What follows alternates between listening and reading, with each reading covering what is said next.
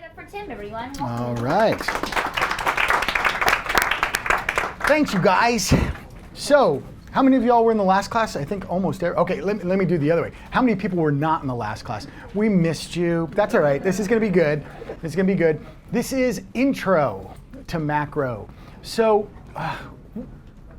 macro photography is kind of this type of photography that I really enjoy because it simply allows you to get lost, which is always a ton of fun, right? It's so rare that we're able to get into these zones of no mind, where we're not thinking about our spouses and our families and our pets and our in-laws and everything that goes on in our life and our bills and mortgage. And just to get lost in photography is such a gift, right? It's such a joy. And I think that's why so many of us love it. And macro photography is one of those types of photography, except you could do it anywhere. It doesn't matter where you are. It could be your backyard. It could be a national park. It can be, the local alley, in the city. It doesn't matter. Macro is just everywhere you look. And that's one of the reasons I love it so much, because it just allows you to explore and to get lost. We're going to talk a lot about how to make macro images, the types of equipment you're going to need to get into macro. I'm hoping there's a lot of people here that are unfamiliar with working in macro, and that's why we're calling it Intro to Macro. So what I want to do is I want to cover ways that we can achieve macro photography. We're going to talk about depth of field concerns, which are really, really important in macro, and talk about composition and a little bit about light as well. All right. So you guys, what is macro photography exactly? What is macro photography? So many people have different ideas of what macro photography is. A lot of people think, you've got to be, in the bug's eye, for it to be called macro photography. Other people have different definitions. For me, the most common question I get is, how close can I get? They think about macro photography and how close they are, or how large a subject can be. All right, well, for me, my idea about macro is, if I'm using a 50 millimeter lens and I can no longer focus on the subject, I've entered into the macro world. So a lot of people would look at this and they'd say, oh, this isn't macro, you've got to be in really tight on this bug for it to be called macro. I couldn't have shot this with my 50 millimeter lens. I couldn't have gotten close enough and achieved sharp focus. Therefore, for me, it's macro. That's the way I like to think about it. So this is just a basic field of flowers here, you guys, and I've shot this with my 50 millimeter lens. And what I did was I took my focus ring on my 50 millimeter and I focused as close as I possibly could. And then I simply moved in until the flowers became sharp. That's as close as I could get to these flowers. Anything past this, I'm thinking is macro. So a little bit closer and our subject enlarges, or we could use the word magnify if you want, since how we will be talking about magnification ratios. So this is magnified, this flower is magnified, and magnified again by getting even closer yet. Now we're into our macro range. So for me, anything closer than a 50 millimeter. This is a 50 millimeter shot. This would be roughly the equivalent, folks, if you're using a crop sensor camera, of a 35 millimeter lens. And that's it. I could not get any closer and still keep a sharp focus. So, not macro, macro. And again, we want to think about the word magnification or enlarging. So as we can see, this flower here is taking up a certain portion of the frame. When we get closer and we get into macro, it's now occupying a larger part of the frame, or in a sense, it is being magnified. All right, and you could keep going in closer and closer until the scene becomes almost abstract and just a small part of what it once was. All right, so when we're thinking about macro, we really want to think, how big is this subject in our frame? What do we want to see? That's really the crux of it. And really, you do this all the time with your cameras, and you just don't realize it. So if you wanted to, say, zoom in on a portrait, you could either take a longer lens and zoom in, but you could also physically move closer to your subject. Now, if I was back here and I was getting head and shoulders and just down to the hips, if I move closer to the front row, now their head enlarges inside the frame. It's magnifying. So you're actually making the subject larger by moving closer. And likewise, if you step back from your scene, you're actually including more. And that means your subject is getting smaller. All right. So the idea in macro is to make something get bigger, we need to get closer. All right. Closer we get, the bigger it's going to be in our final frame. So how do we get closer? That's where the specialized equipment comes in. All right, so we've already determined that our 50mm lens only gets us so far. Okay, so time for special equipment. So there's two different ways that you can achieve closer focusing. The first one is the best way, and that is moving your lens further away from the film plane. All right, so here we have sort of a diagram of the internal part of the lens here. And as I move that lens, as I focus closer and closer and closer, the lens is physically moving further away from the film plane here. All right? So actually, the further that the glass moves forward, the more magnification you're getting. All right? Now, typically, the only thing that's actually stopping us is the fact that there's an end to the lens and the glass can't move any further out. That's it. So that's where a macro lens comes in. And what it does is it basically just extends the distance in which that glass can move forward. So now that glass moving even closer and closer, we get into the macro lens. So as you move closer to a subject, to achieve sharp focus, the glass has to move further and further from the film plane. Make sense, people? All right. That's one way to achieve macro. The other way to achieve macro is by putting a big old magnifying glass in front of your lens. Okay? And that's what a close-up filter is. So the close-up filter is a magnifying glass in front of your lens. Extension tubes and macro lenses is pushing the glass further from the film plane. Now, these are the three ways that you can get closer, and they go in order from top to bottom of least expensive and least amount of quality to best quality and most expensive. But we'll talk about each one of them in their turn. So the close-up filters, folks, the reason that they're not the highest quality is because you're putting a very thick piece of glass in front of your lens. Now, where you're going to see this image degradation is at the edges. So the center portion of your photograph will typically be quite sharp, provided you focused correctly, but you'll never see the outside be quite tack sharp. And some people don't like that. For some types of photography, not a problem at all. But let's say you're photographing a stamp collection or a texture or a flat field where everything needs to be sharp. You're never going to get it with these, all right? But they're inexpensive. So if you're looking to get into macro photography, and you don't have a lot of money, then you could purchase, one of these sets. They usually come in, strengths of like 1, 2, 3, and 4. These are actually diopter strengths, and they're very confusing to figure out precisely what they do. So if you ask me that question, I'm not going to be able to answer it for you. But I can tell you that the +4 is very strong, and the +1 is quite weak. If you wanted to get a big magnification, you would use something like a +10, and that's going to give you approximately 1-to-1 magnification ratio, depending on what lens you're using. But I'll talk a little bit more about that later. So typically a set might come with 1, 2, 3, and a 4, and if you really want to make something big, you've got to stack these together. Now you're not only using one piece of glass, you're using 3, and it just drives your quality down. So as you can tell by the look on my face, I'm not a big fan of these things.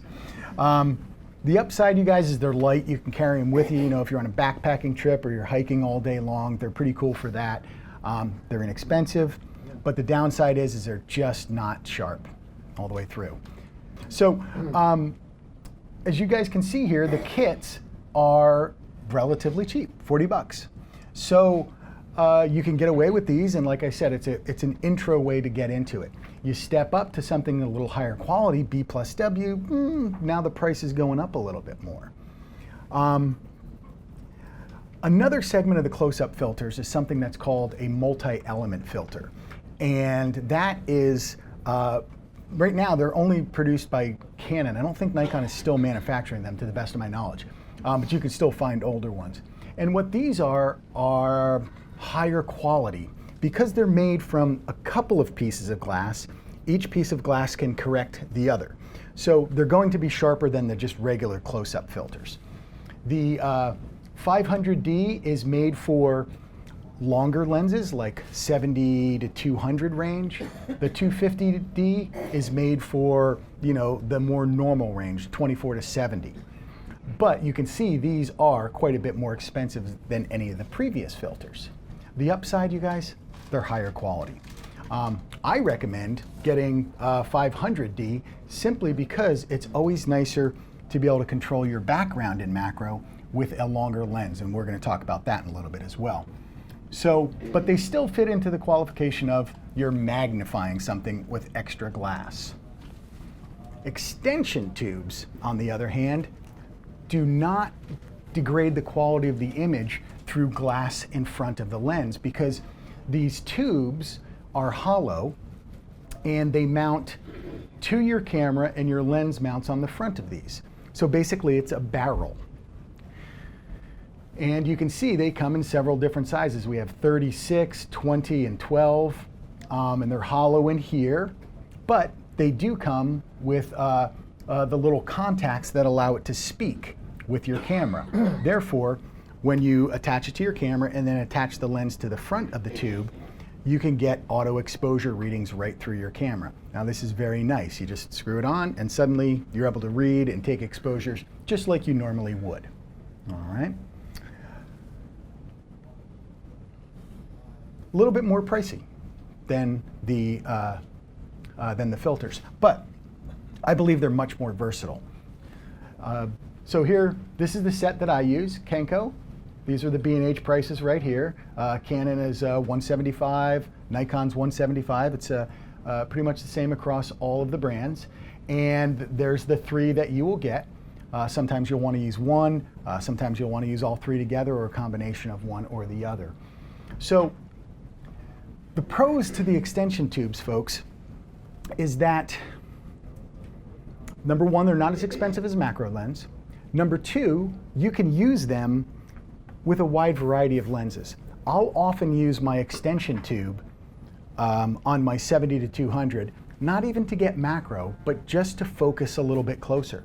So if I have my, I have my 200 millimeter lens on and I'm focusing on something and I move closer, suddenly I can't get it sharp any longer. By putting on an extension tube, I am able to move a little bit closer. So that's an added benefit of the tubes. You get closer focusing. All right. Now, the downside to the tubes is they're more time consuming to use. All right. So let's talk about that. When you are using extension tubes, or even for that matter, a macro lens, the way that you're actually going to focus is by moving your body in and out a lot. So forgive me, I'm going to invade your personal space here. If I was wanting to photograph a small object, I would put on one extension tube and then put on my lens, and I would focus it to my closest distance, and I would move close until it got sharp. Here. All right. Is the subject big enough in my frame? No, it's not. Okay. Take the lens off, put another extension tube on.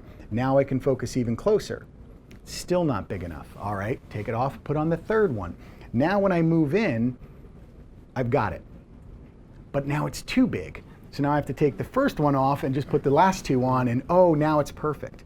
So the act of focusing on your subject with macro is really a matter of moving in and out, focusing, moving in and out, and focusing. So with the extension tubes, you will get the hang of it after a while, but when you first start, you really won't know where to begin.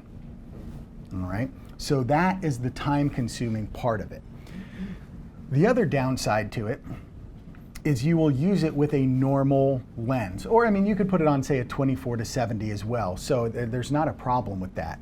But you don't need an extra macro lens. You just put a normal lens on it. Now, when you're doing this, the normal lens or whatever lens you put on is not specifically manufactured for macro work. So what happens is there's a curvature, and you won't get edge-to-edge sharpness with your normal 50 millimeter lens.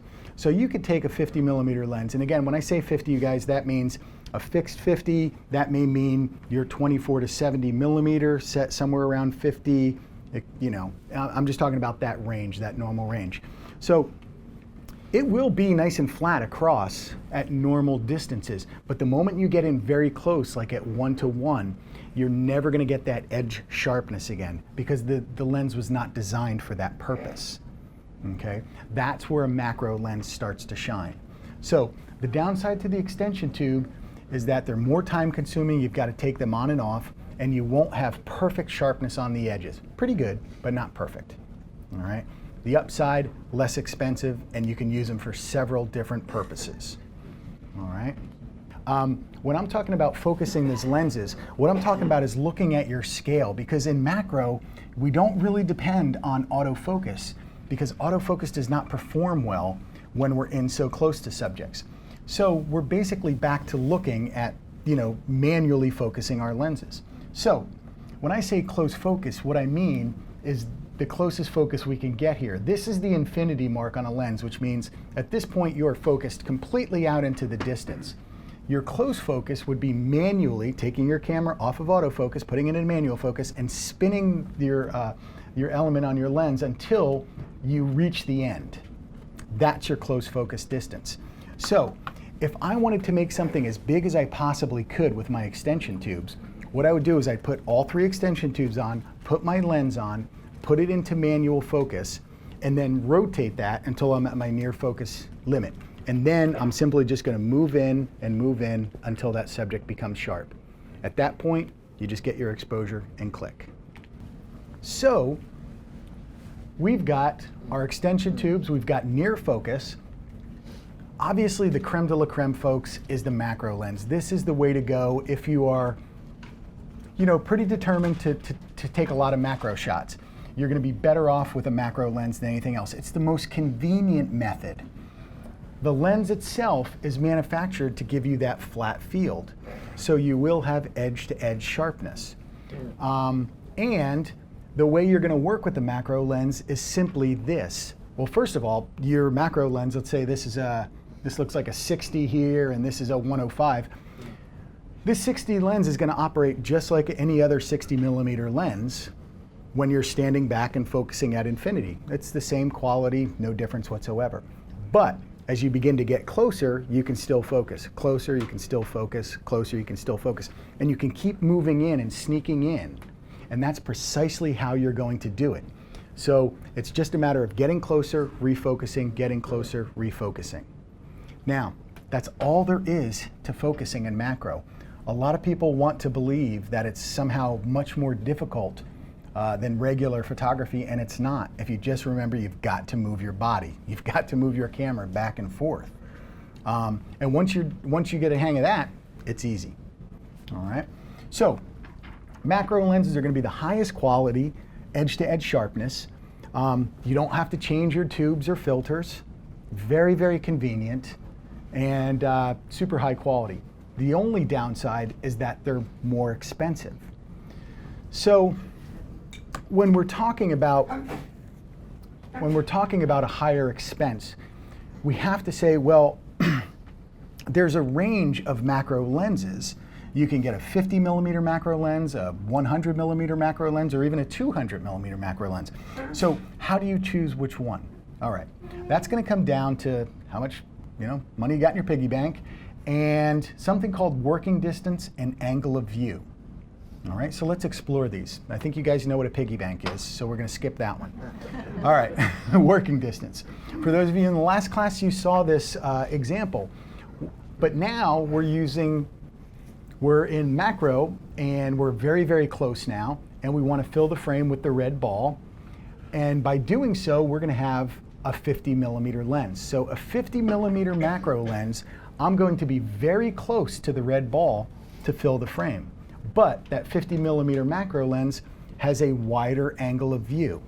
So I'm going to be picking up things in the background that I may or may not want in my scene.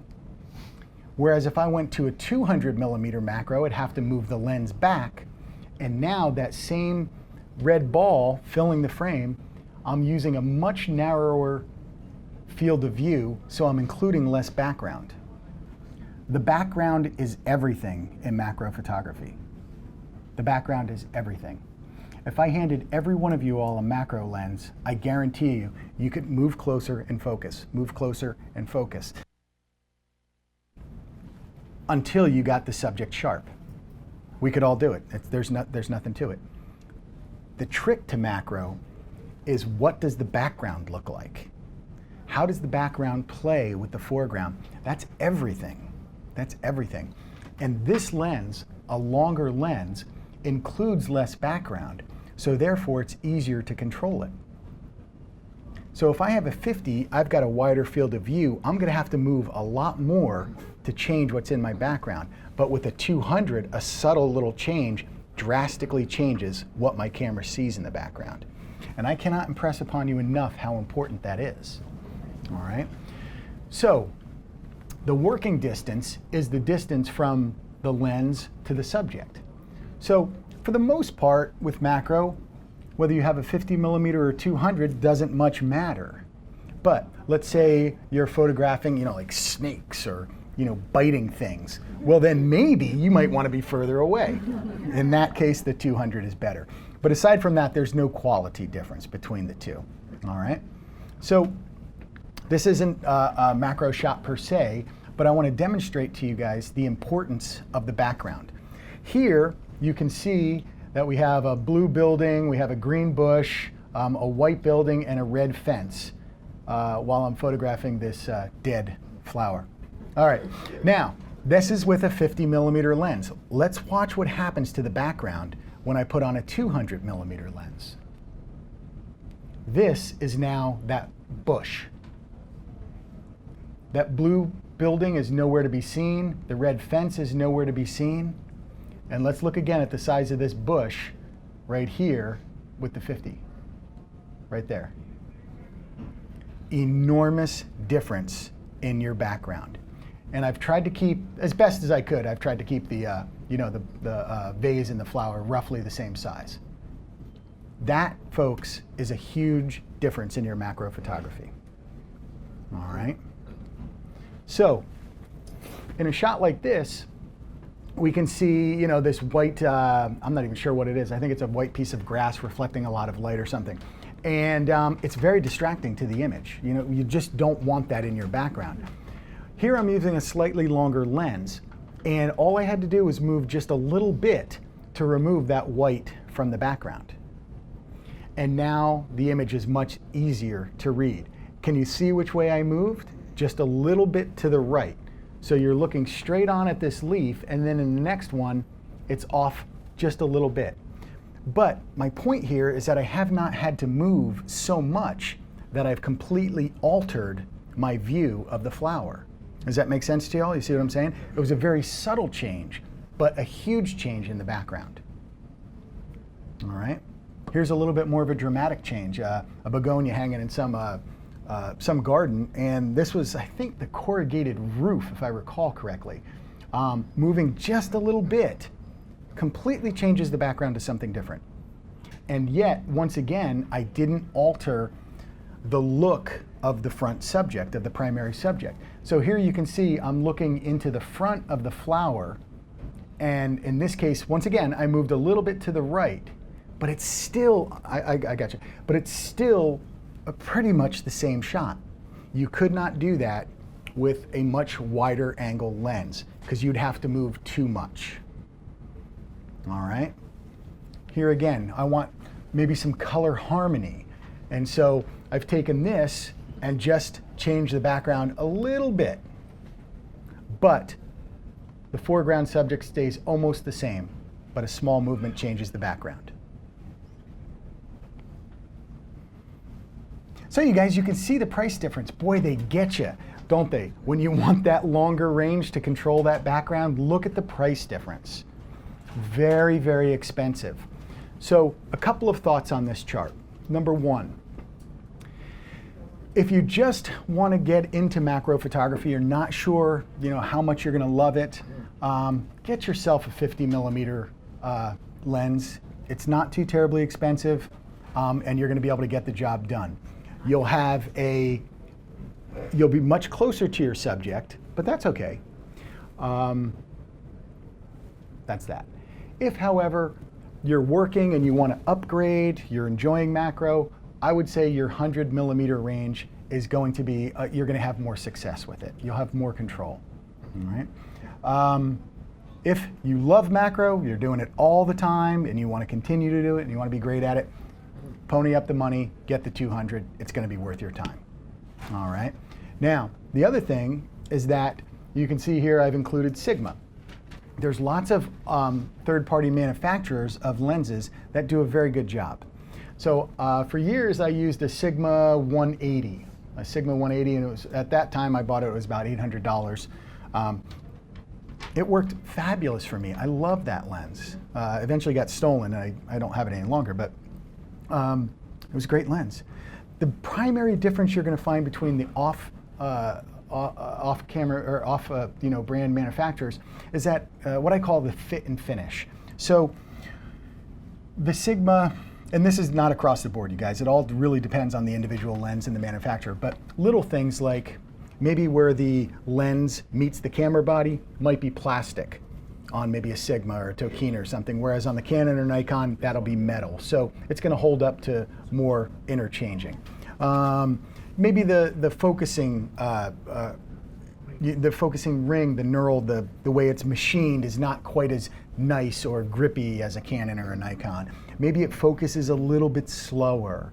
It's little things like that, not the quality. Usually the quality is very good. The glass is very good, and they just try to save some money in some other fashion. So I have no problem recommending, certainly the Sigma line. I've never shot with Tokina or any of those other brands. I don't know, but there's plenty of online charts where you can see sharpness that you can go examine that stuff. But yeah, don't be afraid to purchase one of these. All right. Now, I'm going to shoot straight with you guys. All right. I'm going to be honest now, because up to this point it's been full of lies. First of all, I was born in New Jersey. It's true. Just getting that out there, just so y'all know. Number two, I'm really, really bad in math. So when I see numbers, I get a little nervous. If somebody tries to slip a word in, I feel comfortable with words, but I see ratio, I know that's a math term, I get nervous. So I'm not one to go on about the technical math part of macro, right? This is the way, and I'm not lying to you, this is the absolute truth. This is the way that I work with macro. Oh, pretty. Click. That's about it. People will say, oh, is that, a 2-to-1 ratio or a 1-to-1 ratio or a quarter or 15? Pretty. Click. I don't know. I don't care, But that being said, we do need to know a little bit about magnification ratios just so we can understand some basics. So I'm going to explain it as best as I can here.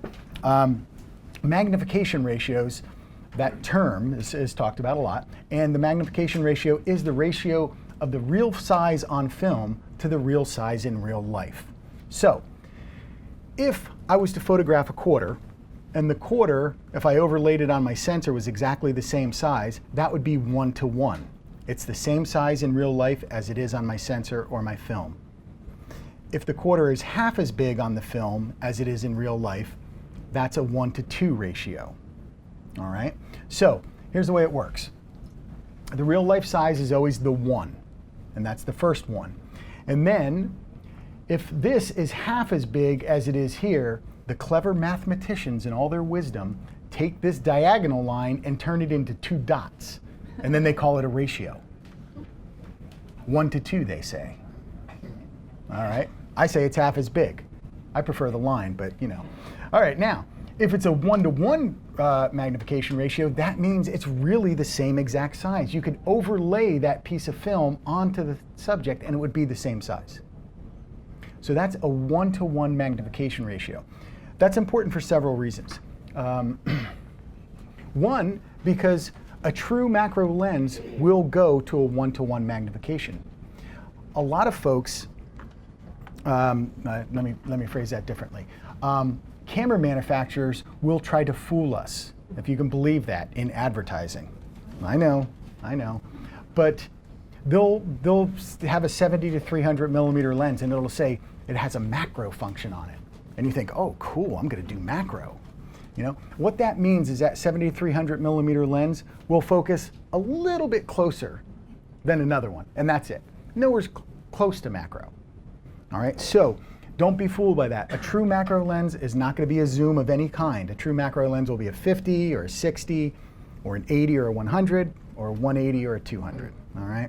And those macro lenses will go to a 1-to-1 magnification ratio. Now, of course, it can shoot anywhere in between. You know, it could shoot half life size or a quarter life size or third life size, any of that as well. But it will get that big, all right? Then you can get into specialty lenses.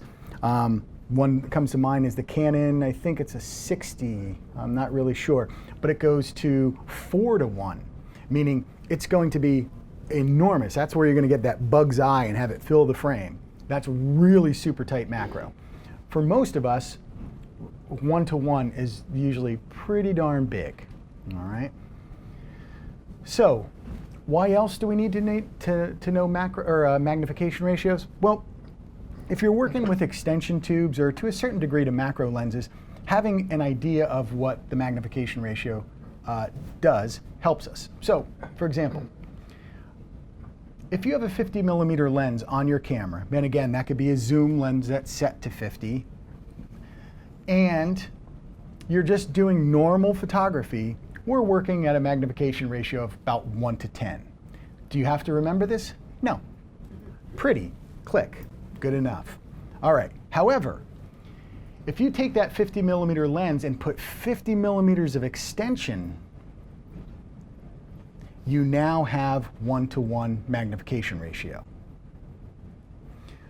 So in essence, that means, and this isn't precisely accurate because different lens formulas will have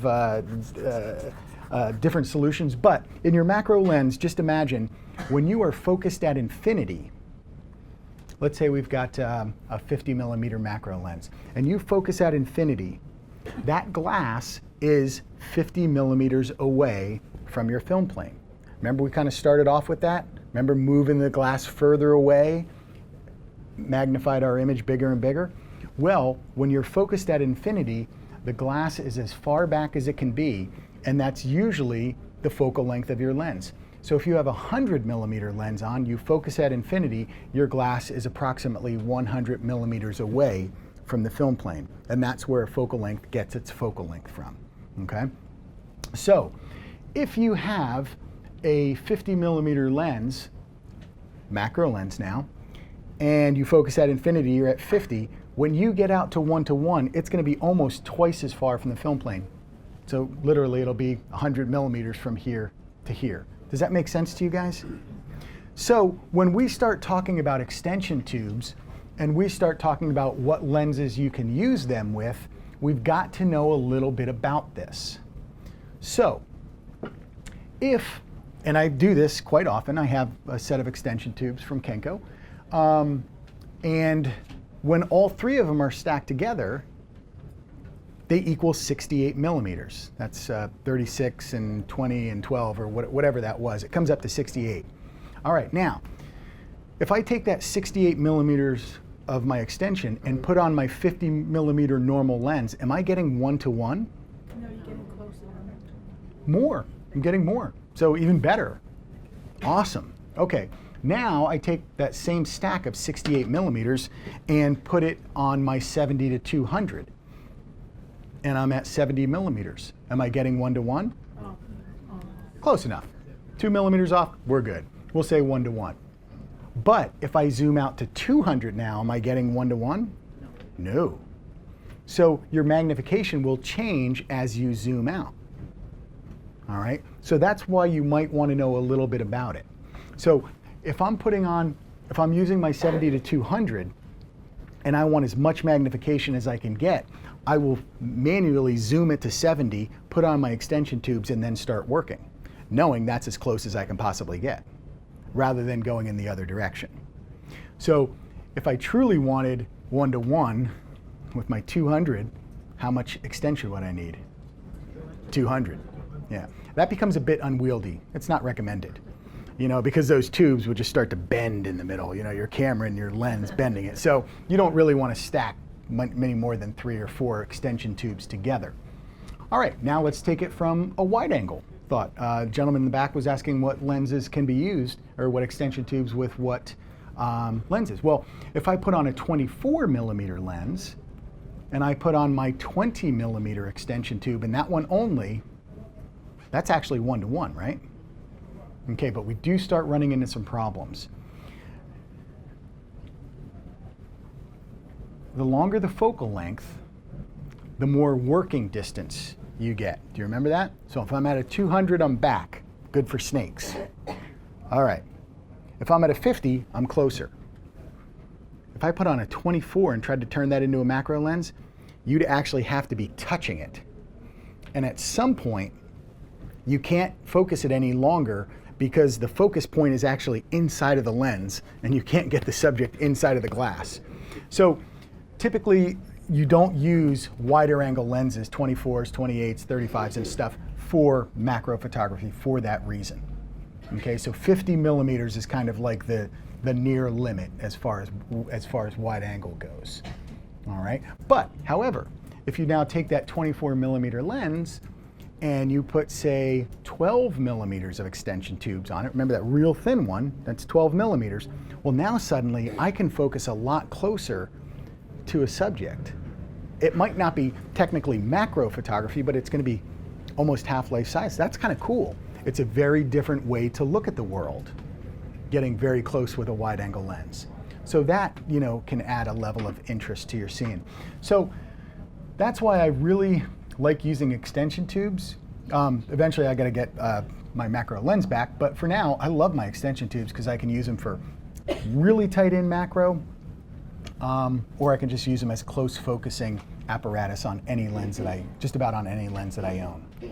All right, so we have our choices of macro lens and extension tubes, or some combination thereof.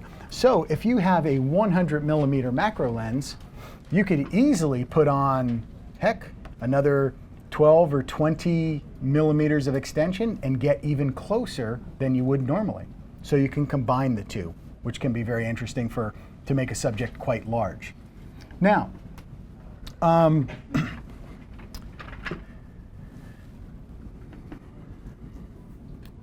macro photography is not really all that different than normal photography, than our everyday photography, all right?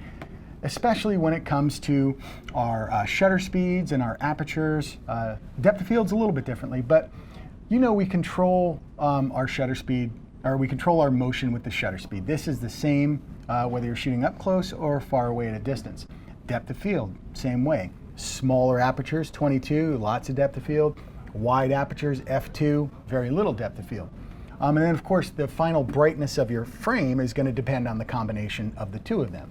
All right, now when it comes to motion, you're just going to need a fast enough shutter speed to stop it, right? But we've got two kinds of motion now, you got to remember, right? We've got subject motion, which would be, something like a bee flying or whatever it may be. And then you have the type of motion that comes from too much caffeine, right? I mean, that's you shaking the camera. Well, to freeze subject motion, you got to have a fast enough shutter speed. To fix your caffeine problem, that's a tripod, right? So you're going to want to ensure that you have a good tripod for macro photography. Don't get me wrong, you can do some handheld macro photography, and I do, and we'll talk about that as well. But the classic macro photography is done with a tripod, mainly because you are using a small aperture. You do want a low ISO, and you're very close and you're magnifying your subject. And when you magnify your subject, you're actually magnifying any little bit of shake that you may have in your camera. So you may remember the hand-holding rule, which states if you put a 1 over your focal length, that's your shutter speed when you're hand-holding. So if I have a 100 millimeter lens, if I shoot at 1 over 100, 1/100th of a second, that should make it sharp enough if I'm hand-holding. Okay, that works great for full-size sensors. But if you're using a crop sensor, you might want to multiply that by 2 just to keep the math easy, because that's the way I like it. So if I'm shooting a 100 millimeter macro lens, I'd really want to not shoot any slower than 1/200th of a second. Okay, very good. So that's our new hand-holding rule. Multiply the focal length by 2. But if you're shooting macro, you're now magnifying your subject and any little bit of movement. So multiply it by 2 again. So now if I'm using a 100 millimeter macro lens, 100 times 2 is 200, times 2, 400. So now I don't want to shoot any slower than 1/400th of a second. All right? That's going to be kind of hard to do in a lot of situations. Low light, soft light like we like to shoot under, small aperture, low ISO. So your tripod really becomes your friend, you guys. All right? Now, tripod's going to eliminate that shake, and we talked about the magnification. Now, next up is our aperture. We've talked about our shutter. Our depth of field is not only controlled by our aperture. These other criteria do affect our depth of field, and they do affect it in normal photography or in macro photography. But one in particular, focal plane, is more important in macro. So we'll talk about each one in their turn. Okay, first one, distance to the subject. You guys, the closer you are to a subject, the less depth of field you have. The closer you are to a subject, the less depth of field you have. In macro, we are really close to our subject, so we have very little depth of field. So much so, it's not uncommon to not get everything sharp, even if you stop down to f/22. It's just sort of the way of things. You can't get it sharp. So here, I'm focused right on the right at the tip here. 2.8, wide open, nothing is sharp. Okay, stop down to 4, 5, 6, background starts to get a little sharper. f/8, a little sharper. 11, 16, even down to 22. But even at 22, the background is not sharp. It's just because we are so close, you can't get it sharp. All right? So we have to remember that. The closer you are to a subject, the less depth of field you have. Now, focal length will affect your depth of field. It's real common to say that a wide-angle lens gives you a lot of depth of field and a telephoto lens gives you very little depth of field. Have you all ever heard that before? Actually, I think I just said it in my last class. It's a real common thing to say. Certainly it works in normal photography. But when it comes to macro, that starts to fall apart a little bit, simply because of this. You remember the little red ball example. With a 50 millimeter lens, I was this close. With a 100 millimeter lens, I was that close. 50 millimeter lens should have more depth of field, right, than a 100? But I'm a lot closer to it. So if I'm close with a 50 or further back with a 100, they cancel each other out. So if I filled my frame with that red ball, I'd get X amount of depth of field at f/16. I fill that frame with my red ball on the 100, I have the same exact amount of X depth of field because each one has canceled each other out. And the only reason I bring this up is because I don't want you thinking, you know, if you like, if you want everything sharp, you're going to go with that 50 millimeter lens. Or if you really want a blurry background, you're going to go with that 200, because it won't make a difference whatsoever. You'll have precisely the same amount of depth of field with both when the subject is the same size. Okay? So, aperture is next. This is the no-brainer. We understand this one, right? Big wide apertures, f2, 2.8, very little depth of field. Small apertures, 11/16, very, very deep depth of field. So when you're at 2.8, you're never going to have the background sharp. And as you begin to stop down, yes, you will get more background sharpness. Whoops. But again, you may not ever be able to achieve true sharpness all the way through. And that's okay. That's just something we have to accept and move on. Okay? And you might not always want everything sharp. When it comes to macro photography, because depth of field is so very deep depth of field is so difficult to achieve, everybody talks about it like that's what you're supposed to do. But you don't have to. You can do what you want. So here's f/22, and what I want y'all to pay attention to is the background here. Step up, you can focus on this flower, everybody can do it. But how does this interact with this? That's the key. So here at f/22, this is somewhat sharp. And in my opinion, somewhat sharp is not very good. I either want it sharp or not sharp. So as I begin to open up, 16, 11, 8, the background starts becoming more fuzzy, more out of focus, 5, 6, 4. And now the background is very, very soft. And to my way of thinking, this becomes more of a dominant subject. So you have your choice of whether you can do 16 or 2.8, and it's up to you what you want. It's all in the look, and anything is fair game. All right? Just don't do it as a mistake. Do it as a, something you're trying to do.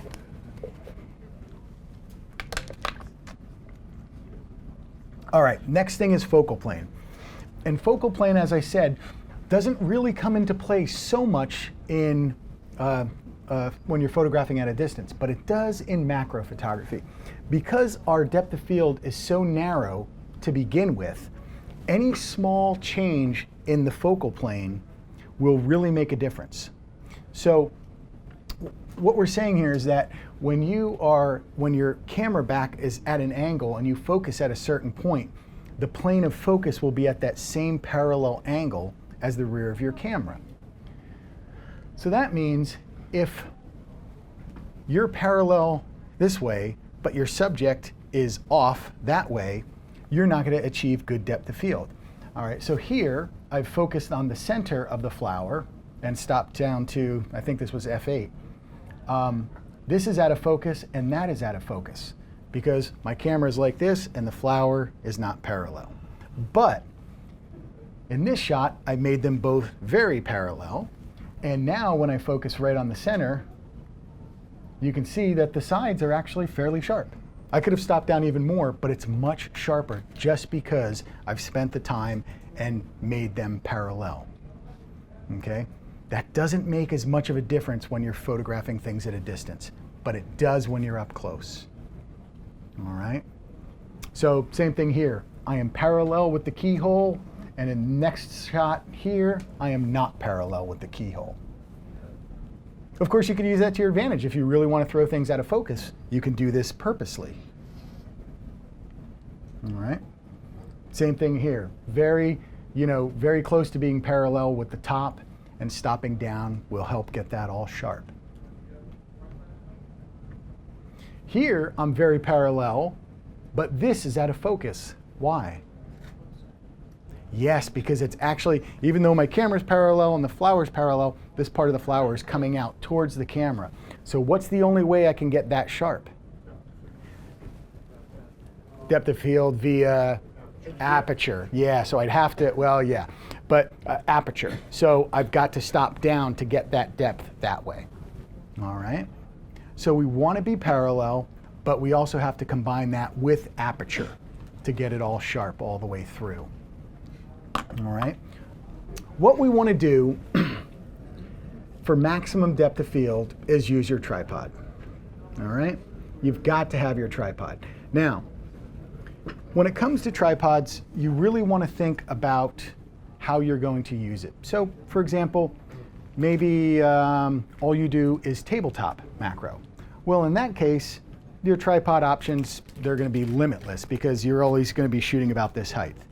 But if you want to be outdoors and shoot, ice on the ground or flowers or things like that, you're going to need a tripod that goes in a different direction. It can go all the way down to the ground. So there's a couple of options. One, you want to look at the legs and ensure that the legs will splay out so it can go flat to the ground. The next thing is that most tripods will come with a long center column, about that long. And what you can do is, well, if it has that column, you can't go all the way to the ground because the column will hit. So then what you can do is purchase a flush mount type of head or column, and you just pull out your long one, put the short one in, and then it will go flat to the ground. All right. There's other options too. I know Manfrotto makes a tripod where the center column comes up and then goes and clips down at an angle, or horizontal. So now the legs can go flat, and this is sitting on the side, and your camera's over here. So there's lots of different options to to help you get in these bizarre positions with your camera for macro photography. So just ask any of the folks at the tripod desk, and they're going to be able to help you guys out with a choice for that. All right. Now, if you're going to be using your tripod, you may as well use a cable release or a remote, because there's no sense in having it nice and steady on the tripod and then pressing the button and having the camera shake during the exposure.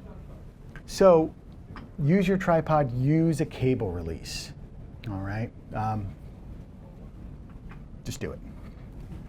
All right, next thing. It would be nice to be able to witness, to observe the amount of depth of field that we're going to get in our resulting image. However, whenever you look through a camera and you're just doing your regular composition, just looking around, you're always viewing through your most wide open aperture.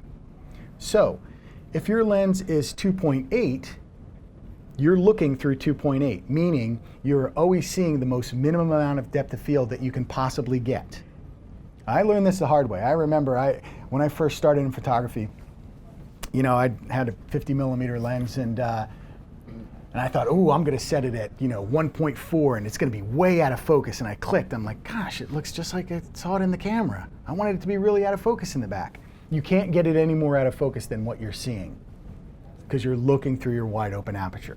All right, now, if you want to observe the eventual depth of field, somehow you're going to need to stop down that aperture to its real setting. So let's assume that I'm composing, I'm looking through 2.8, but my camera is set at f16.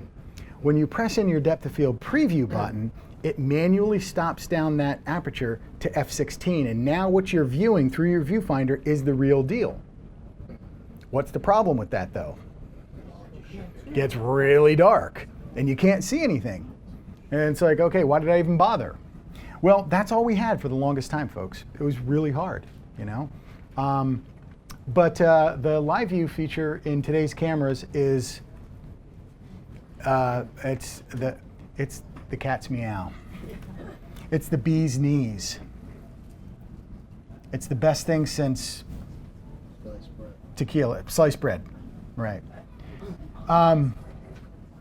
The live view, folks, allows us to do so much because we no longer have to look through the viewfinder, which means you don't have to bend down as much.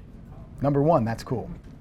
All right. Number two, we're getting a live view of our back of what we're actually seeing in the foreground.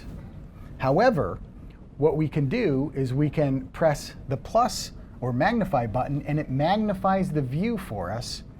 And now we can very accurately manually focus because it's being enlarged back here for us. That's amazing. Trying to squint and look through that little viewfinder and get a tiny area of your frame sharp, oh, it's so hard. Here, it's a piece of cake. You can enlarge it and then move that live view across your screen so you can get right to the area you want and manually focus it in. You'll recall I said we don't use autofocus often for macro. So this is the way that you can use manual focus to be sure it's tack sharp. And then the other thing is, how many people in here use Canon? Ooh, not very many. This is a Nikon town. Well, you all are very, very lucky. Because Canon, when you're viewing through here, when you press your depth of field preview button in, provided you have your camera set up properly, which is not that hard to do, then what will happen is it will change and automatically show you the real depth of field. It will physically stop down the aperture and then readjust this to make it bright again, and now you're seeing your depth of field with full brightness. Amazing. Absolutely amazing. So Canon people, be very happy about this. Nikon people, how many Nikon users? All right, you're with me. Unfortunately, you have to spend a lot of money to get a Nikon that does that. I don't know why. It should be across all the brands like Canon does, but it doesn't. But some of the more expensive brands will. And the way the Nikon works is that you don't have to press your depth of field preview button in. It's just if you're set at f16, you are seeing f16. So that's kind of cool. But like I said, it's a lot of money to get there. Some other manufacturers I'm not so sure about, Pentax or Olympus, I would try it out. Try it out and see, because I think some of those other brands will do it as well. It's a huge, huge thing. I can't impress upon you how important that is. It was such a struggle to observe your depth of field and correctly gauge which aperture you wanted. And now it's become much, much easier for us with live view. All right, just bring a lot of batteries. All right. All right. So, more tips for maximum depth of field. Proper focus. You've got to do it. Just like in our landscape class, you guys have to focus in the correct manner. If you focus on one plane, only that one plane will be sharp at 2.8. But as you start to stop down, more of that depth of field is going to occur behind your subject and only a little bit before. So again, in macro, it's really common for us just to find the closest thing in the frame, focus on it, and then begin to stop down. And what we're really ensuring is that, just the air in front of your lens is getting sharp, and that's not doing us any good. All right? So we want to be able to shift that whole thing backwards. So you focus 1/3 of the way into the frame. And then as you start to stop down, you will get your entire subject sharp. All right.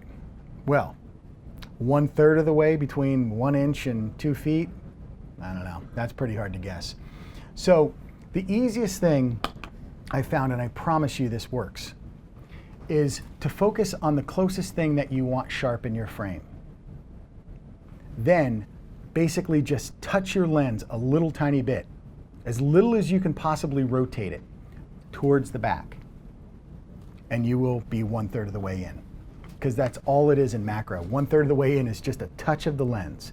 So here, you can see I am focused right on the very tip of this flower, and when I stop down and shoot it, I did not get the background sharp because I was focused right on the front. So I've got more depth of field coming back towards the camera. I'm wasting my depth of field. Okay, next frame, you can see I'm not focused on the tip, but just beyond it, right in here. That's just touching my lens a little bit. That's your 1/3 of the way in. All right. Now when you stop down, you can see that the back flowers here are quite sharp. All right. Just remember, if you're in at something like 1:1, you're never going to get it all sharp. It's just not going to happen. So here, I'm not at 1:1, but I'm in a lot closer. All right, now, once again, I focused right on the front subject here and then stopped down and shot, and I'm not getting it sharp in the background, okay? This next shot, instead of focusing on the tip here, I focused just past it. Okay, now I've stopped down. It's a little bit sharper back in here, but I didn't quite get that front part tack sharp. But it's about as best as I can do, all right? Just remember, in a lot of situations, you're never going to be able to get everything completely sharp. So here's an example. During this cold snap, I went out and shot a little bit of ice, and I really wanted these ice bubbles, but I focused right here, and this ice is only about that thick. I was not able to get that much depth of field. Not in one shot, all right? You can see here, the background is all out of focus. Just can't get it. Now, if you have that problem, there is certain things you can do.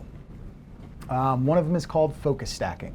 Actually, I think that's the only thing you can do.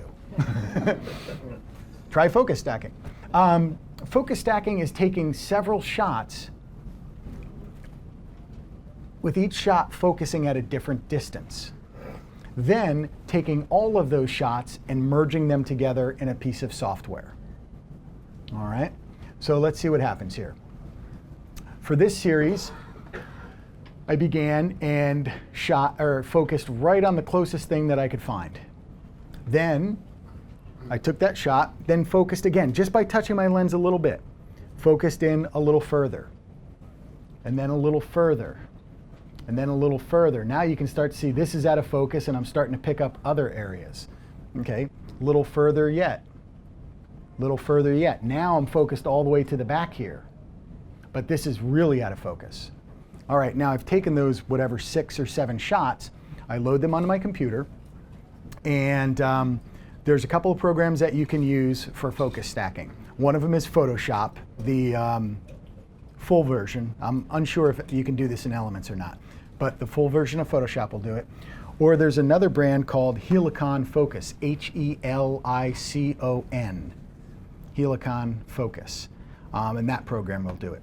So you take these different focused exposures and you blend them together and you end up with that. And now I've got full sharpness from the front of the flower all the way to the back.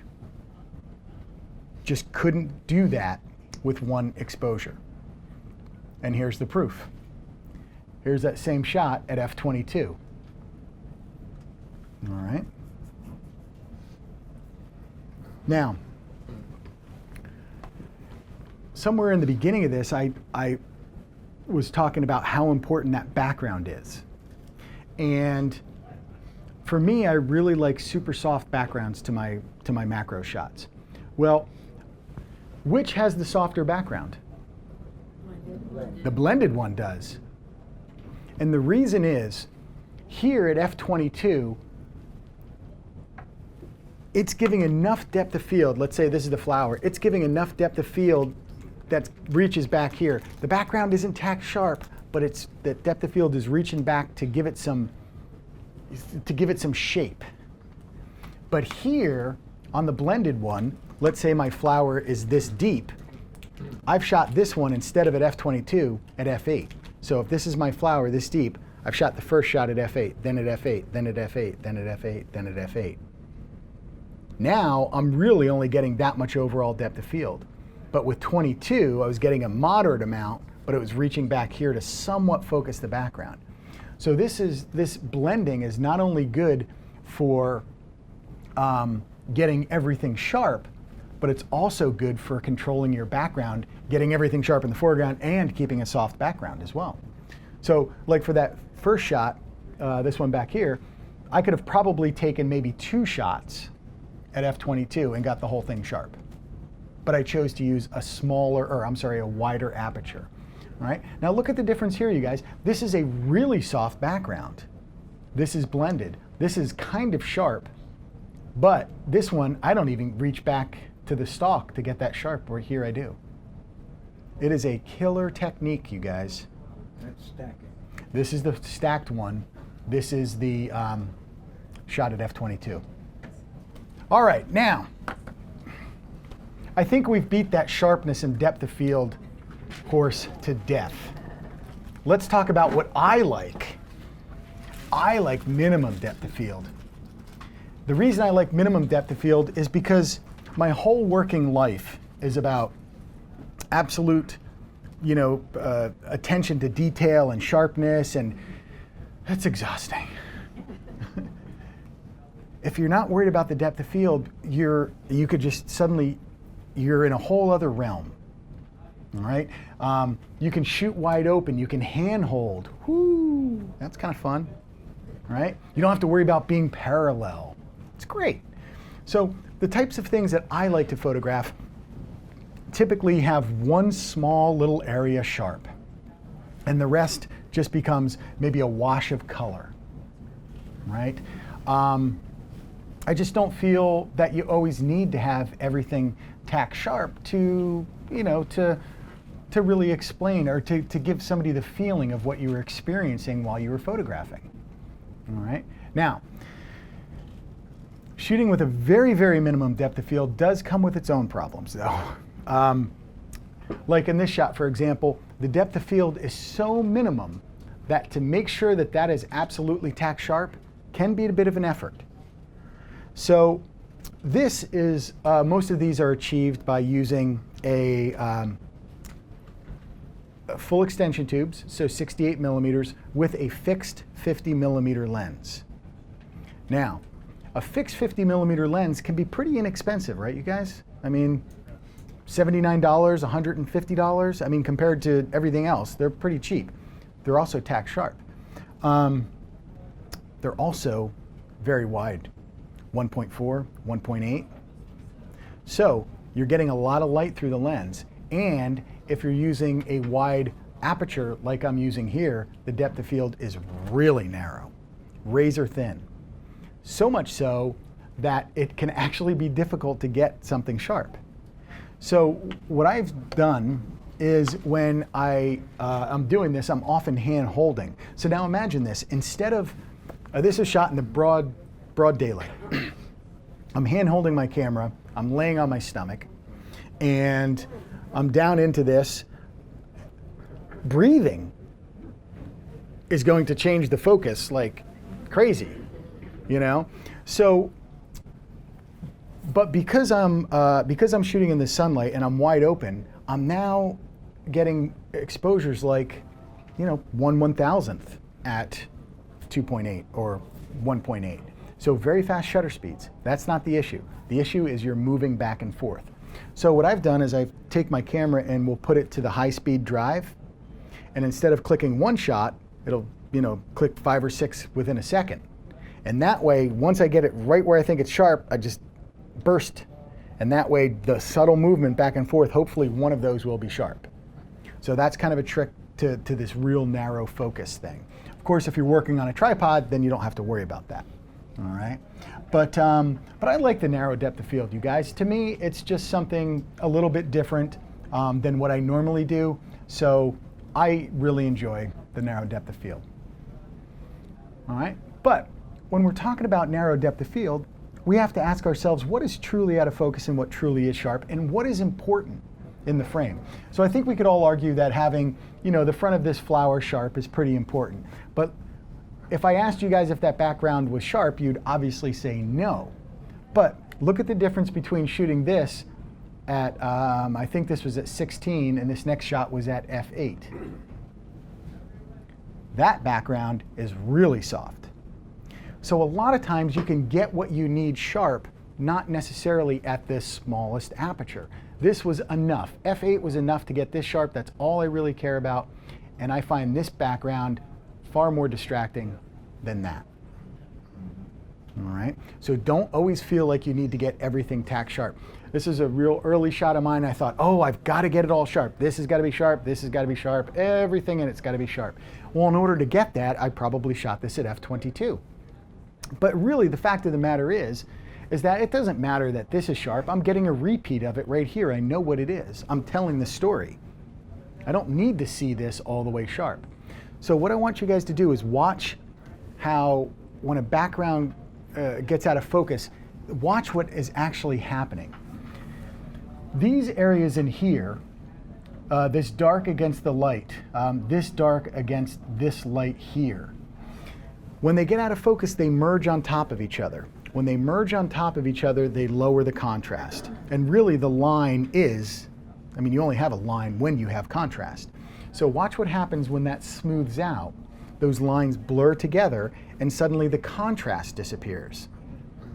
So shooting really wide apertures allows you to shoot in more contrasty light situations without the same effects that you would with a high depth of field. That's a big bonus. And I just don't feel that it needs to be to tell the story of what this is. So, all right, now let's watch this one, you guys. What we have here is, well, it's a butterfly, okay? I want you to pay attention to the stem, all right? Or I guess it's a stem, we'll call it a stem.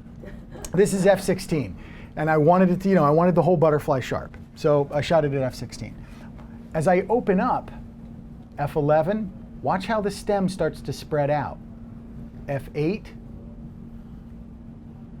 5.6, 4, 2.8. What once used to be a stem is now a wash of color. So that's how much the background makes a difference. Now, in this case, ultimately, I would love to have the whole butterfly sharp. The reason I didn't have the butterfly sharp is I made a mistake. Right? The butterfly is hanging straight down. My camera is like this. If I'd have paralleled my camera, I couldn't have got that. All right, so that's the sort of situation where that's important. I could have probably shot this at f4, been parallel to the butterfly, and got it all sharp. All right, so that's why we have to think about those sorts of things. But the issue really is how that background influences the way you look at your primary subject. Okay. Now, what we can also do in macro that's so wonderful is we're not forced to make a thing what it is. It could be whatever it wants to be. It could be whatever you want it to be. So instead of always just thinking that you have to photograph this thing and say, people, this is that thing, you can have your own interpretation of it, right? So, classic example. I spend a lot of time teaching workshops in Colorado during wildflower season. This is their state flower called the Colorado columbine. All right, well, number one, this is shot at probably 12,000 feet up in the mountains. All I did was take a small umbrella, white umbrella, and put it behind it to give it a white background. So suddenly very different. It looks like it's almost in the studio, all right? But you can also take this and just shoot a part of it. It doesn't matter that you don't have to show every element. It could be just your favorite element, you know? Classic shot of a lily, right? Okay, well, you know, after I was looking at this lily for a while working on it, I thought, you know what I think the coolest part about this is? The stem. I really like the stem, so I'm gonna shoot it. It doesn't matter what kind of flower it is, right? So move beyond what the subject is and just choose parts that you like and display it in any manner that you wish.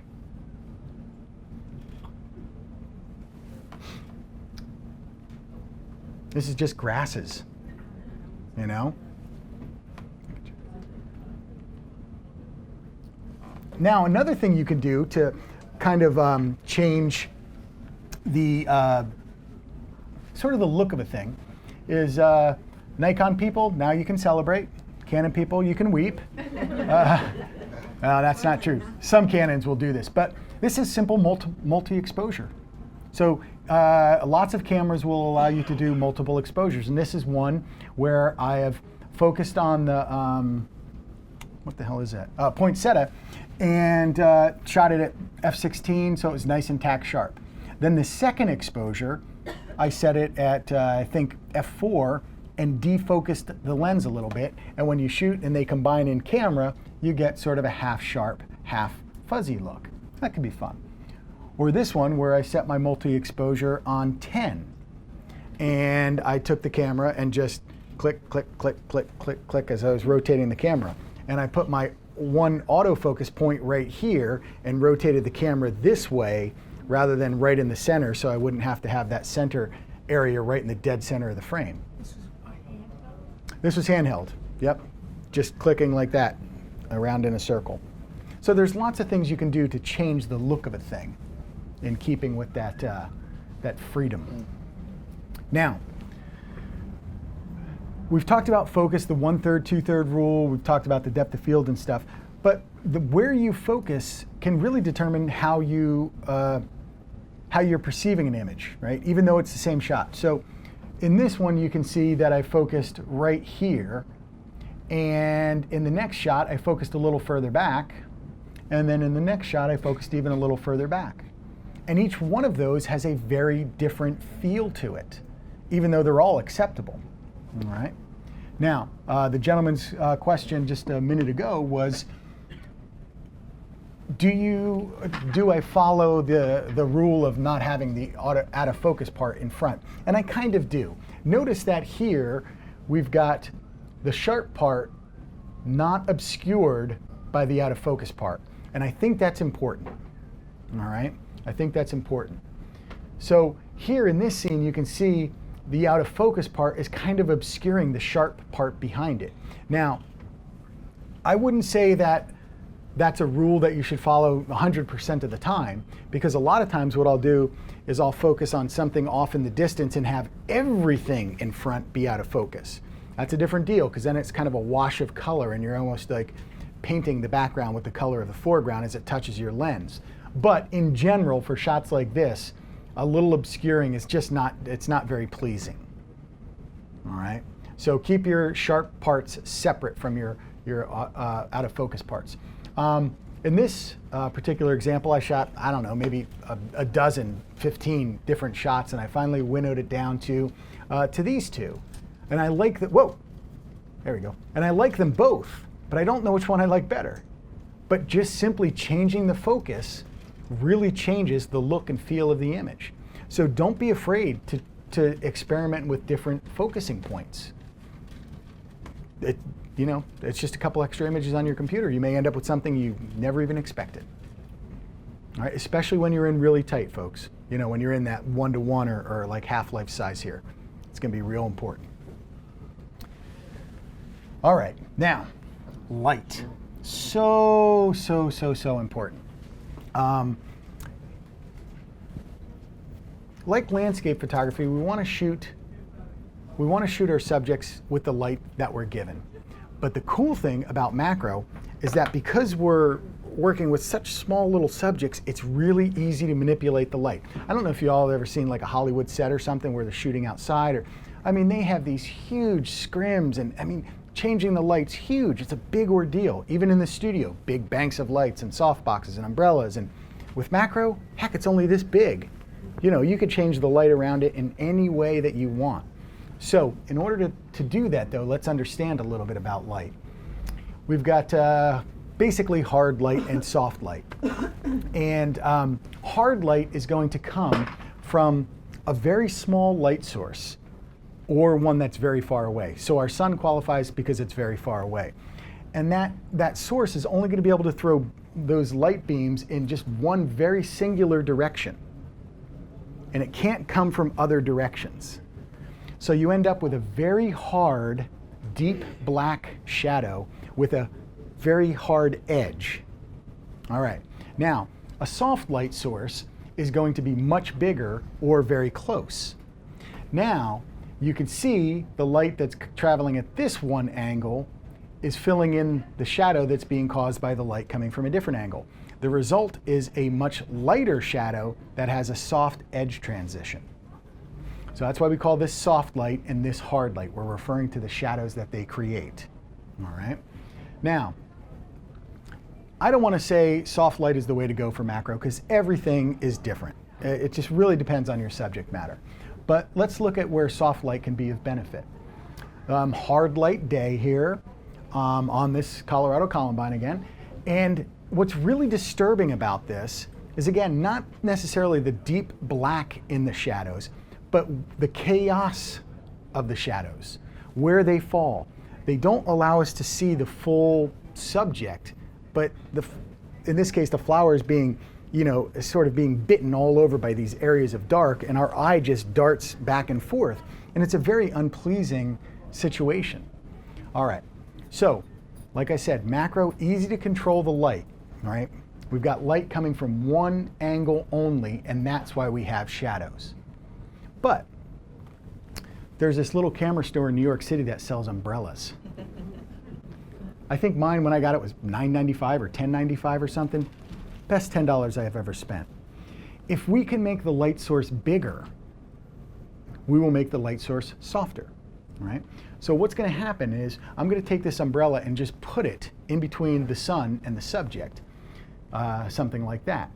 And now when those beams that are traveling in only one direction come in, they're going to be scattered and they're going to come from lots of different directions and change the way the light envelops the flower. All right? So here we have before and then after.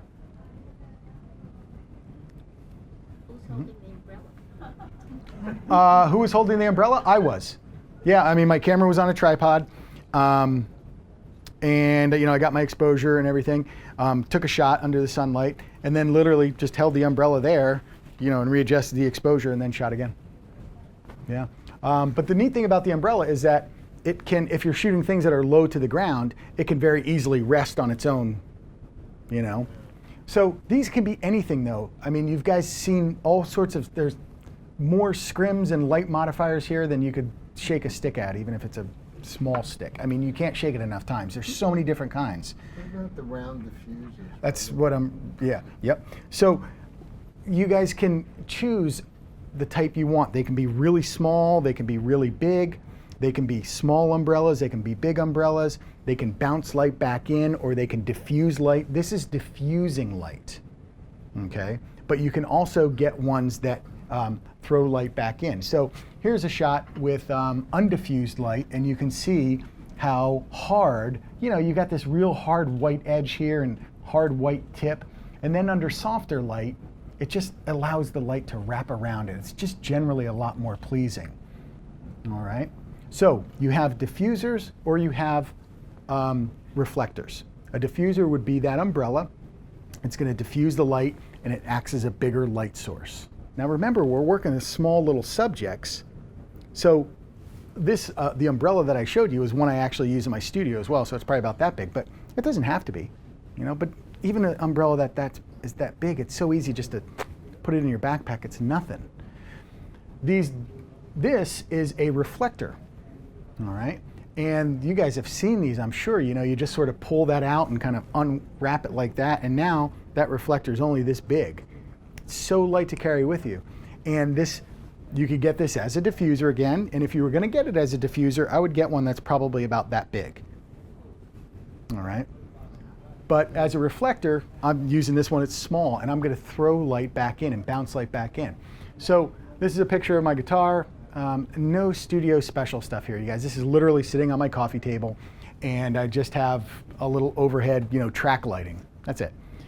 But you can see the deep shadows in here that are kind of distracting. So what I did was I took that little tiny reflector and just kind of throw that light back in. So the light's coming down from the ceiling, bouncing off the reflector, and then bouncing back in. And that's all you need to do to lift up those shadows just a little bit, all right?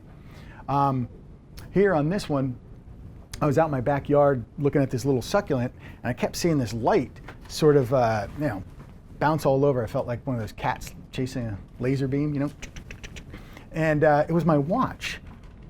My watch, as I was moving, was throwing this light back in. I was like, oh, okay, well, let me just get that watch just right, and filled in the, the inside there. So you could use anything, I mean, it could be a small mirror. It can be a piece of white paper. You could take a white t-shirt and lay it on the ground and it will fill light in to, so anything that reflects light, it could be anything that you want, all right?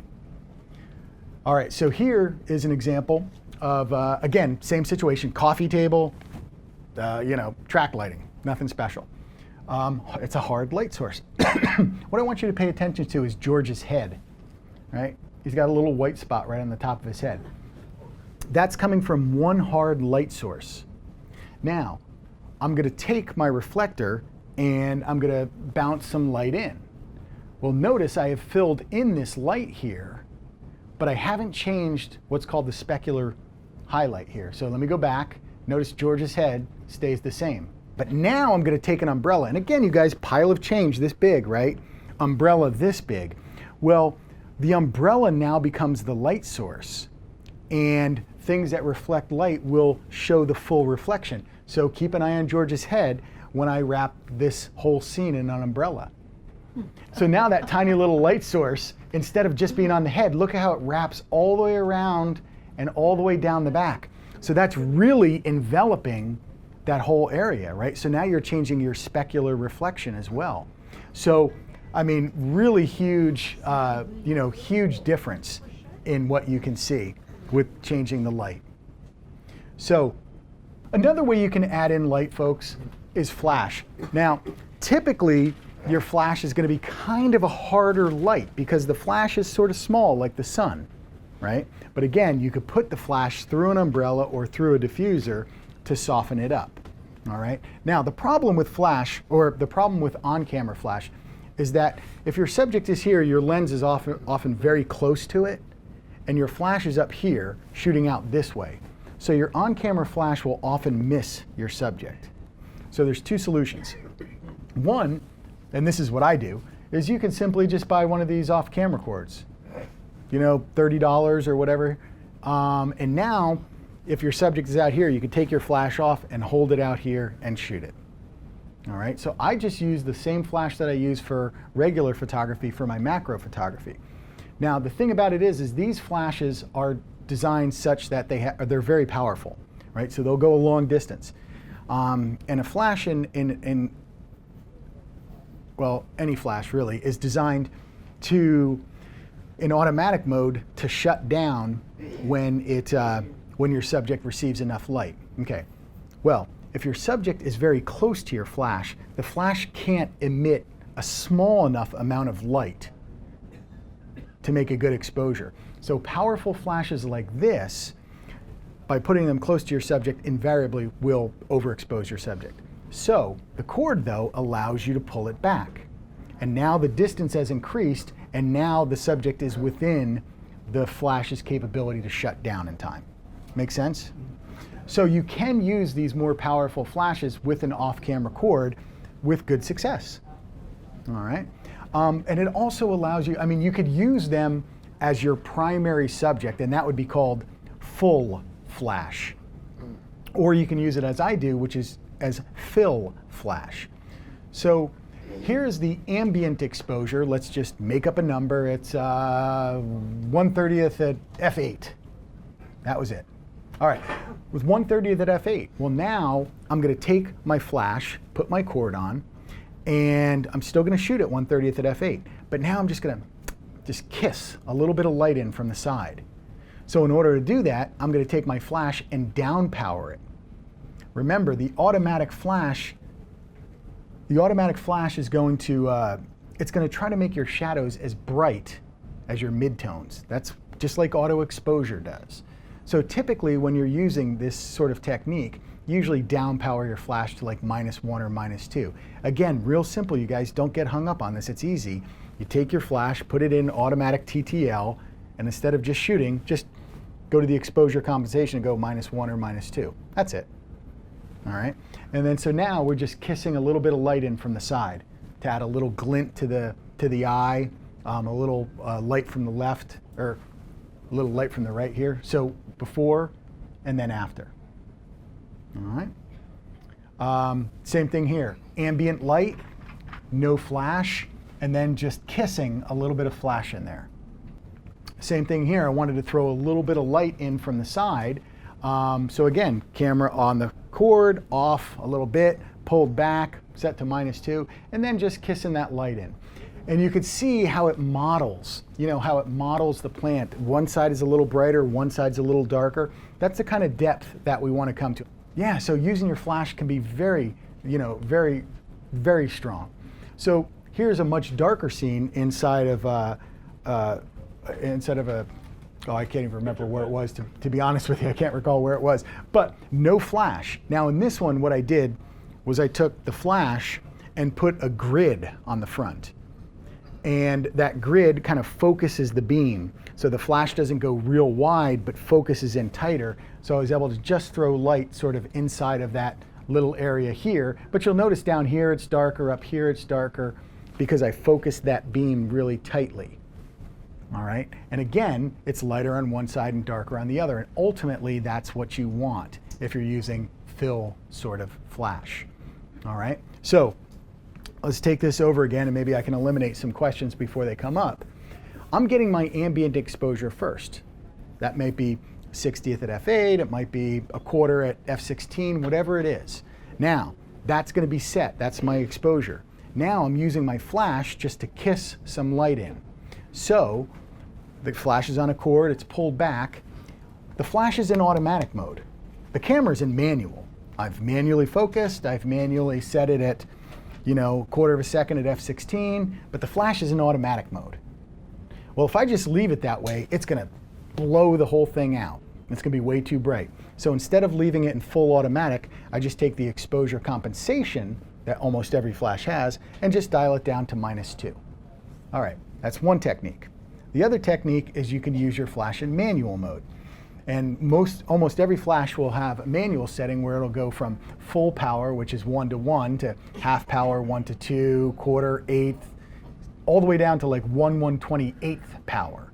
If you put it down to 1/128th power, it's going to put out the least amount of light that it possibly can. So you could set it to 1/128th and just kiss that light in from the side. In that case, you're using your flash on manual. All right. There are ring flashes, you guys. And it's not that I dislike ring flashes. It's just that I can't afford one. If I had all the money, I would have one of these. So what's the benefit of these? Well, number one, you don't have to hold the flash. Okay, that's great. Number two, the flashes are always out in front of the lens, so you don't have to worry about placing the flash just in the right spot. Very nice. Okay. These are designed for macro, so these are much lower in power than the other flash because they're made to shoot something that's right in front of it, so their power is much less. The only problem is you want to ensure that you get a ring flash that allows you to control each side independently.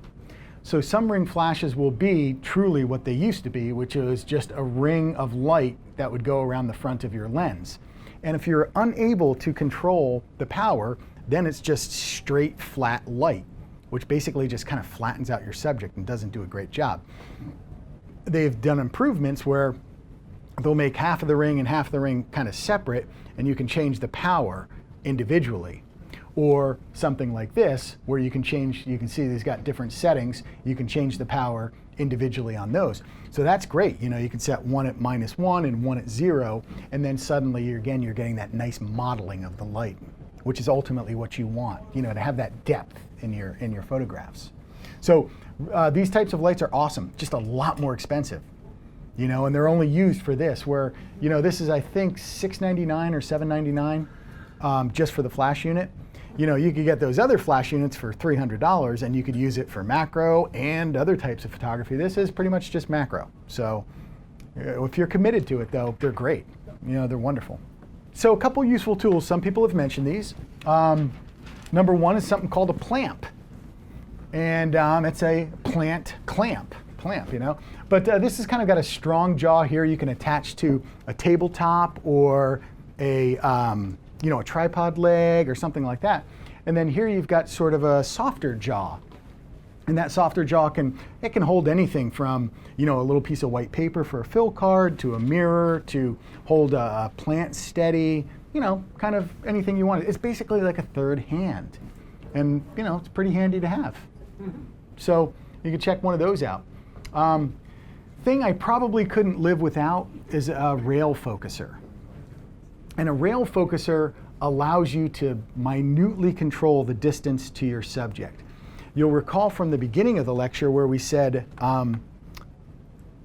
getting your subject sharp is a matter of moving in, moving out, moving in, moving out, right? And so this really helps because your camera gets mounted on here and then this gets mounted on the top of your tripod head. Now, when you release this button here, it's kind of what I would call a sort of a gross adjustment, meaning your camera, when you pull this, could probably move like that much. So what you do is you set up your tripod roughly where you want it to be, you know, and then you kind of grab that control and you go in and out and you're like, okay, that's close enough. You let that go and it snaps shut. And then you take the little knobs and ever so slightly, you're just dialing that in and it just right into sharp focus. It's brilliant. Saves you so much time. What do you call it? A rail focuser is what it's called. Yep, rail, yeah, like rail. And there's all kinds of manufacturers. I know B&H has got one here that I've been recommending to some people. I think it's under $40, really cheap. And then you have ones that are $100 or $200, so they run the gamut. But very, very handy to have, folks.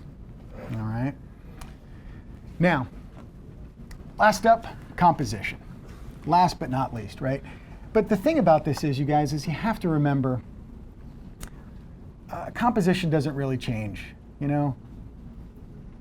whether it's small or big, you still want to make good compositions, and all the same stuff applies. I know you guys have heard some composition lectures. Let me just kind of make this simple for you. First of all, if you are using a tripod, take your camera off your tripod to search for your composition. I see this all the time in my workshops. People are carrying around these big, they're like moving their heads, and take your camera off and get where you want to be, then grab your tripod and pull it up, all right? Keep from placing your subject in the center. This is an age-old rule that really applies here, you know? When you have something in the center, the reason it doesn't work is it becomes static and has a lack of energy to it. We want an energy to the frame, our eye moving around, visually moving through our frame. So just simply putting it off center is enough to give it more interest, all right? Or think about coming from the side instead of shooting straight on, you know? Don't always worry about that depth of field. Just a little bit from the side can make it more interesting. Same thing here. Fly's not in the center, it's just off to the side. All right? Keep it out of the center, people. All right, now, the other thing is once you get it set up, we talked about trying different focus points to change the look of a scene. Well, you could try vertical and horizontal too. You know, I mean, if you're set up and you're ready to go, it might make a nice difference shooting vertical or horizontal. You come back and you might have a different feeling about it later. So consider that for sure. Really, watch your corners and edges. This is so important. Stuff will sneak in and you won't see it. And that's why using live view can really be helpful, because live view shows you full frame, whereas when you're looking through your viewfinder, you don't always see 100%. So little things like this, sticking in the corner, can be destructive to your image. And here, this is what we call a tight merger. When two important parts are very close together, it draws your eye in. So for this, I just move this out of the back and then move that over, and it just makes the image seem a little bit more complete. It's the subtle things that will make a big difference. All right? And don't let your lines go out the corners. Things like this. This line is not going out the corner here. If it was going straight here in the corner, that's problematic. Just a little off, no problem.